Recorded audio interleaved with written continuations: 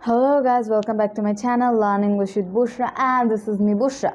So আমি তোমাদের সাথে আবার ফিরে আসছি আমার একটা লং ব্রেকের পরে and আজকে আমরা যেই জিনিসটা শিখবো বলতে গেলে আজকে আমাদের যে টপিকটা সেটা একটু ইন্টারেস্টিং বলতে পারি যে আমাদের এই টপিকটা আমরা প্রত্যেকটা বাক্যে ব্যবহার করে থাকি আর এটা আমাদের হচ্ছে অতীতের ক্ষেত্রে আমরা ব্যবহার করি প্রেজেন্টের ক্ষেত্রেও ব্যবহার করি তবে এটা ফিউচার বা ভবিষ্যতের ক্ষেত্রে ব্যবহার হয় না কেননা হচ্ছে আমরা যখন বলি যে তুমি এখনও কাজটা করোনি বা সে কাজটা এখনও শেষ করতে পারেনি যে আগেও বোঝাচ্ছে এখনও বোঝাচ্ছে বা আমরা সব বলতে গেলে আমাদের আজকের টপিকটা হচ্ছে এখনও হয়নি বা করেনি কেননা প্রায়ই বলি যে তুমি এখনও কাজটি পড়োনি তুমি কি পড়তে বসোনি তুমি কি খাবার খাওনি তুমি এখনও ঘুমাওনি এই যে আমরা এখনও হয়নি করেনি এখনও পড়েনি এখনও ঘুমায়নি এই যে এখনও করেনি বা এই ধরনের ক্ষেত্রে আমরা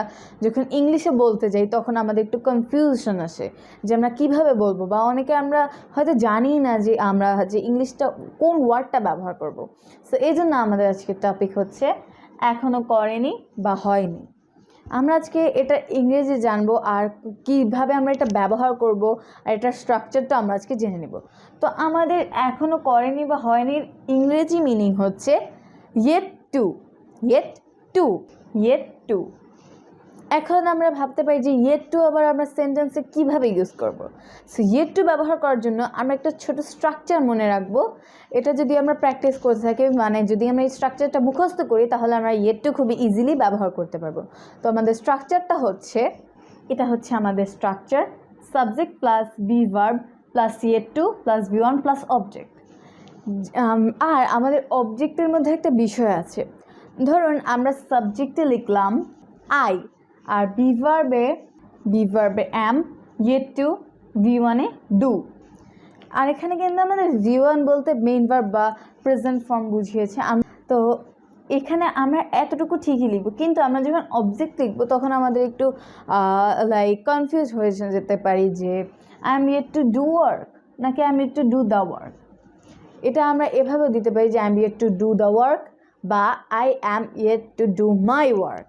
যে I am yet to do my work দিলে হয় এটার অর্থ যে আমি এখনও আমার কাজ শেষ করিনি আর I am yet to do the work আমি কাজটি এখনও শেষ করিনি। তো এখানে যদি আমরা ডু মাই ওয়ার্ক বা ডু দ্য ওয়ার্ক দিই তো সমস্যা হবে না। সো আমরা বলতে পারি যে আমরা এখানে আমাদের এটার সাবজেক্টিভ ফর্ম বা এটার প্রিপোজিশনটাও আমরা এখানে ব্যবহার করতে পারি বা দ্য ওয়ার্ক বা দ্য থিং বা এভাবে আমরা দিয়ে দিতে পারি। সো আমরা হচ্ছে কয়েকটা সেন্টেন্স দেখি যেটাতে আমাদের বুঝতে আরও সুবিধা হবে। ফার্স্ট সেন্টেন্সটা হচ্ছে she is yet to do her work। She is yet to do her work। এখানে আমরা শি এর বদলে হিও দিতে পারি, আমরা এখানে শি বা হি দুটো ইউজ করতে পারি। এটার মিনিং হচ্ছে যে সে তার কাজ এখনও করেনি। তারপরে আমরা বলতে পারি দে আর yet to do the game। They R yet to play the game মানে তারা এখনও বা তারা তাদের খেলাটা খেলতে পারেনি, এখনও খেলতে পারেনি। তারপরে আমরা বলতে পারি you are yet to do the draw। এখানে আমরা যদি ড্র দিই তাহলে আমাদের সেন্টেন্সটা সুন্দর লাগে না, তো আমরা এখানে পিকচার দিতে পারি যে you are yet to do the picture বা you are yet to do বা পেইন্ট দ্য পিকচার। এখানে আমরা ডু ব্যবহার করতে পারি, এটা ডু দিয়েও আমাদের করা বোঝায় বা আমরা হচ্ছে পেইন্ট বা কাজটার সাথে যেটা যায় আমরা সেটাও দিতে পারি। তো এই তিনটা সেন্টেন্স আমাদের এই যে এখনও করিনি বা হয়নি সাথে কানেক্ট আছে। এটা হচ্ছে আমাদের yet to ব্যবহার। আমরা এভাবে yet to ব্যবহার করতে পারি। আমরা যদি খেয়াল করে দেখি আমাদের সেন্টেন্সের অর্থগুলো কিন্তু সব সেম, যে আমরা প্রতিদিনই এই ওয়ার্ডগুলো ব্যবহার করি হয়তো বা স্কুলে কাজে বা হচ্ছে যে কোনো কথা বলতে গেলেই আমরা এগুলো ব্যবহার করি। আমরা আরেকটা সেন্টেন্স দিতে পারি আমরা এখনও প্র্যাকটিস শেষ করিনি। We are yet to do the practice।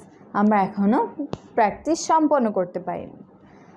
আমরা এখানে আবার হচ্ছে সংখ্যা ব্যবহার করতে পারি, যেমন she is yet to count the number মানে আমরা এখানে যে কোনো কিছুতে এই yet to ব্যবহার করি। আর আমরা যদি বলি তুমি এখনও কাজ করোনি, এখনও কাজ শেষ করোনি, এই যে এখনও শুধু যদি আমরা এখনও ইউজ করি বা আগেরটার মতোই এখানে আমরা এখনও লিখেছি, কিন্তু আমাদের ওয়ার্ডটা ডিফারেন্ট। বাট আমরা যদি সেন্টেন্স বলতে যাই তখন আমাদের মিনিংটা কিন্তু সেম। এখনোর ক্ষেত্রে আমরা ইউজ করতে পারি স্টিল। স্টিল মানে এখনও। আমরা অনেক সময় বলি তুমি এখনো কাজটা করোনি, you still haven't done the work. তো এখানে না আমাদের স্ট্রাকচারটা হতে পারে যে তোমাদের স্ট্রাকচারটা হচ্ছে subject plus still plus haven't plus V3 plus object. এখানে আমরা হ্যাভেন্ট ইউজ করেছি কেননা হচ্ছে আমরা এখনও করিনি, আর আমাদের হ্যাভের সাথে V3 যায়, যে ভার্বের থার্ড ফর্ম, যে ডু ডান, যে I still haven't done the work, আমি এখনও কাজটা করিনি। এখানে আমরা এই রুলটা আরেকভাবে ব্যবহার করতে পারি, যেমন এখানে আমরা হ্যাভ আর V3 দিয়েছি, আমরা এটা হ্যাভও ব্যবহার করতে পারি, আবার V1ও আমাদের এখানে আসতে পারে। এটা তখন আসবে যে আমাদের বাক্যের অর্থর উপরে, বা আমরা কোন জায়গায় বাক্যটা ব্যবহার করছি, বর্তমানে নাকি অতীতে, বা এই ধরনের বিষয় আমাদের এখানে হ্যাভ আর ভার্বের চেঞ্জ হবে। যেমন আমি বলি I still don't understand you, আমি এখনও তোমাকে বুঝি না, বা I still don't understand the topic.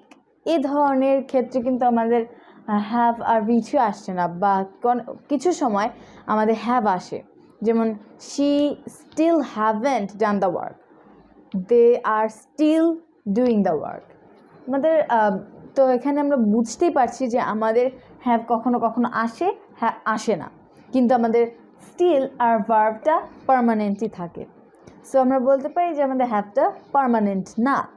তো এই জন্য আমরা একটা সেন্টেন্স দেখে নিই যে আমাদের এখানে আরেকটা মজার বিষয় হচ্ছে এখানে স্টিলের আগেও কিন্তু আমরা বি ভার্ব ব্যবহার করতে পারি। যেমন I am still doing the work, I am still doing the project, she is still working.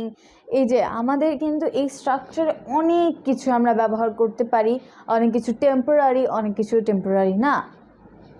যেমন আমরা এখানে বি ভার্ব আমরা চাইলে দিতেও পারি, আবার এখানে হ্যাভ চাইলেও দিতে পারি, নাও চাইলে দিতে পারি, কিন্তু সাবজেক্ট স্টিল আর ভার্ব আর অবজেক্ট এগুলো কিন্তু থাকবেই। আমরা বি ভার্ব আর হ্যাভ আমাদের ইচ্ছে মতো বসাতে পারি, আমাদের সেন্টেন্সের ভঙ্গি অনুযায়ী বসাতে পারি। সো আমরা যদি এই সেন্টেন্সটাকেই অন্যভাবে লিখি বি ভার্ব ইউজ করে, তাহলে এটা এভাবে আসে, এটা আসে I am still understanding the concept। তো এখানে আমরা বি ভার্ব ব্যবহার করেছি, আমরা চাইলে কিন্তু এটাকে এভাবেও লিখতে পারি, আবার আমরা হ্যাভ দিয়েও দিতে পারি। তো আমরা দেখতেই পাচ্ছি আমরা এই সেন্টেন্সটাকে কত ভিন্নভাবে লিখতে পারছি। আমি এখানে আমাদের একটা রুল দিয়েছি, স্ট্রাকচার দিয়েছি, আরও দুটো স্ট্রাকচার লিখে দিলে আমার মনে হয় সেটা ভালো হবে এবং আমাদের বুঝতে সুবিধা হবে। এগুলো হচ্ছে আমাদের স্ট্রাকচারস। এটা আমাদের ফার্স্ট স্ট্রাকচার, এটা সেকেন্ড, আর এটা থার্ড স্ট্রাকচার। ফার্স্ট স্ট্রাকচারে হচ্ছে subject plus still plus haven't plus V3 plus object. এটা আমরা পাস্টের ক্ষেত্রে ব্যবহার করতে পারি, যেমন I haven't done the work. এটা হচ্ছে আমরা পাস্ট বা আগে কাজটা ছিল এখন পর্যন্ত করিনি, এই ধরনের ক্ষেত্রে আমরা এটা ব্যবহার করতে পারি। বলতে গেলে পাস্টের ক্ষেত্রে আমরা এটা ব্যবহার করব। আর তার প্রেজেন্টের ক্ষেত্রে আমরা subject plus B verb plus still plus V1 plus ING plus object. এখানে একটা মেইন বিষয় হচ্ছে আমাদের ভার্বের সাথে আইএনজি অ্যাড করতে হবে। যেমন এখানে আমরা লিখেছি I am still understanding the concept. আমরা যদি এখানে দিতাম I am still understand the concept, আমাদের সেন্টেন্সে কিন্তু অর্থবোধক হতো না, বা আমাদের সেন্টেন্সটা অর্থবোধক হতো না। তো এই কারণে আমাদের ভার্বের সাথে আইএনজি দিতে হবে। আর পরেরটা হচ্ছে subject plus still plus have অথবা haven't plus V1 plus object. যেমন এই সেন্টেন্সটা I still haven't understand the concept, আমি এখনও কনসেপ্টটি বুঝিনি। এখানে আমাদের আইএনজি দিলে কিন্তু সেন্টেন্সটা হবে না। যেমন I still have understanding the concept, এটা আমাদের কিন্তু হবে না। এখানে আমাদের স্ট্রাকচার যেভাবে আছে আমরা সেভাবে যদি ওয়ার্ডগুলো বসাই তাহলে আমাদের সেন্টেন্সটা কিন্তু একেবারে পারফেক্ট হবে। যেমন আমাদের এখানে যে এখানে যে তিনটা স্ট্রাকচার আছে, এই তিনটা স্ট্রাকচার অনুযায়ী আমাদের এই তিনটা sentence.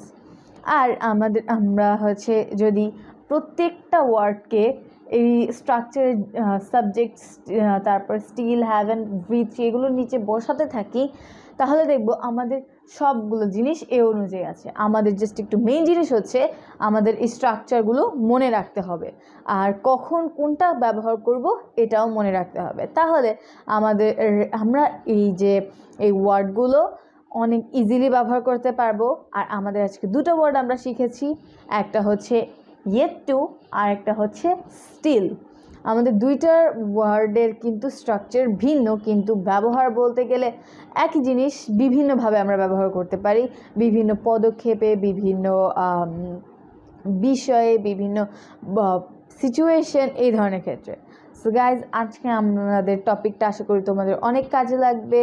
And thank you all for watching. Don't forget to like, comment, share and subscribe. আল্লাহ হাফেজ।